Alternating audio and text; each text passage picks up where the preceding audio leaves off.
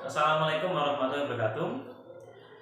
Dalam salah satu pertanyaan di program Curhat Sahabat, ada yang bertanya bahwa apakah benar musibah itu adalah hukuman dari Allah? Katanya seperti itu.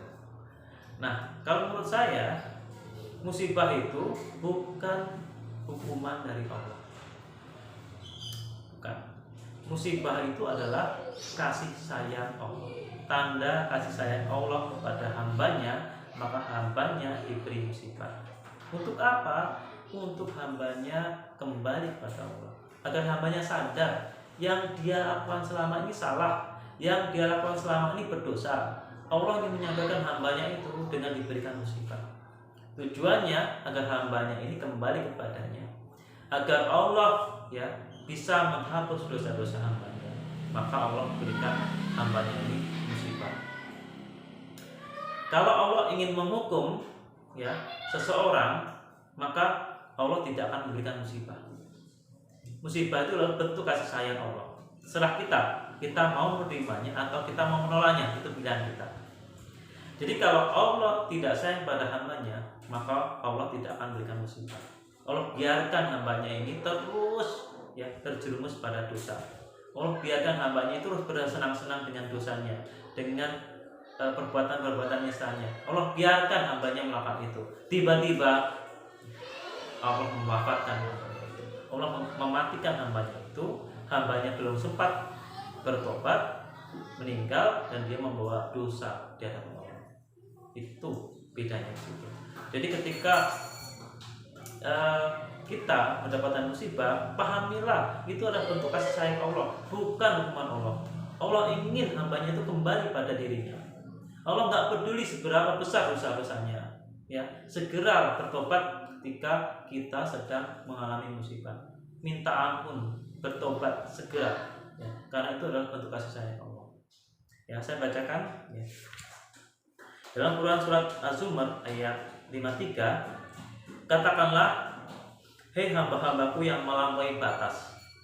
Hai hamba-hambaku yang melampaui batas terhadap diri mereka sendiri, janganlah kamu berputus asa dari rahmat Allah. Saya ulangi lagi, janganlah kamu berputus asa dari rahmat Allah. Sesungguhnya Allah mengampuni dosa-dosa semuanya. Sesungguhnya Dialah yang Maha Pengampun lagi Maha Penyayang. Apa artinya perbuatan yang melampaui batas? Perbuatan yang melampaui batas artinya perbuatannya itu udah luar biasa dosanya itu, luar biasa kecilnya itu, dosanya itu luar biasa besarnya, udah melampaui batas gitu, melampaui kewajaran gitu. Nah, orang-orang seperti ini saja Allah masih meminta dia untuk tidak boleh berputus asa akan rahmat Allah. Orang-orang seperti ini aja Allah masih ajak mereka, ayo sini bertobat, dosamu besar sekali loh, dosamu banyak banget gitu, ayo sini bertobat gitu. Nah, saya bacakan juga riwayat hadis At-Tirmidzi Allah Subhanahu wa taala berfirman, wahai anak Adam, sepanjang engkau memohon kepadaku dan berharap kepadaku, aku akan ampuni apa yang telah kamu lakukan. Aku tidak peduli. Wahai anak Adam, jika dosa-dosamu setinggi awan di langit, kemudian engkau meminta ampun kepadaku, akan aku ampuni. Wahai anak Adam, sesungguhnya jika engkau datang membawa kesalahan sebesar dunia, kemudian engkau datang kepadaku tanpa menyekutukan aku dengan sesuatu apapun, pasti aku akan datang kepadamu dengan ampunan sebesar itu pula. Jadi sobat, kita tidak boleh berputus asa terhadap rahmat Allah. Jangan sampai kita terbedaya oleh setan, merasa dosanya besar, merasa dosanya luar biasa banyaknya, kemudian kita enggan minta ampun, kita malu minta ampun sama Allah, kita merasa diri kita hina, diri kita tidak layak mendapatkan ampunan Allah. Jangan merasa seperti itu. Seberapa besar dosa-dosa kita, Allah itu masih membuka pintu tobat pada diri kita. Nah, pertanyaan adalah semua tergantung pada pilihan kita.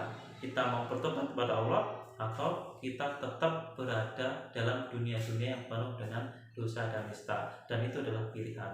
Allah sudah membuka ya pintu tobatnya, ya, kita tergantung pada diri kita mau menerimanya atau kita menolaknya. Semoga video ini bisa menginspirasi sobat semuanya ya, yang mungkin sedang memiliki masalah, merasa dosa-dosanya banyak, itu bisa memberikan inspirasi dan bisa kembali lagi kepada Allah dan segera untuk bertobat. Insya Allah selama kita hidup pintu tobat pun masih terbuka ya. Selama kita hidup kita masih bisa minta ampun kepada Allah, kita masih bisa beristighfar kepada Allah. Lain ceritanya ketika seorang itu sudah meninggal, dia sudah tidak mampu untuk meminta ampun kepada Allah ya. Menangis pun percuma, menangis bahkan airnya menggenang seluas samudra pun percuma ya, bahkan sampai keluarnya itu air darah pun percuma ya. Allah tidak akan mengampuni ya bagi mereka yang sudah meninggal ketika mereka minta ampun ya. Maka mumpung kita masih hidup, mumpung kita masih bernafas ya, maka kita harus banyak-banyak istighfar, banyak-banyak minta ampun. Coba kita perlu ya mengelis sebenarnya dosa-dosa kita tuh berapa banyak sih. Kalau perlu kita catat dosa-dosa kita. Setelah kita catat, kita tobatin satu-satu ya, kita tobatin satu-satu. Mungkin itu, terima kasih. Assalamualaikum warahmatullahi wabarakatuh.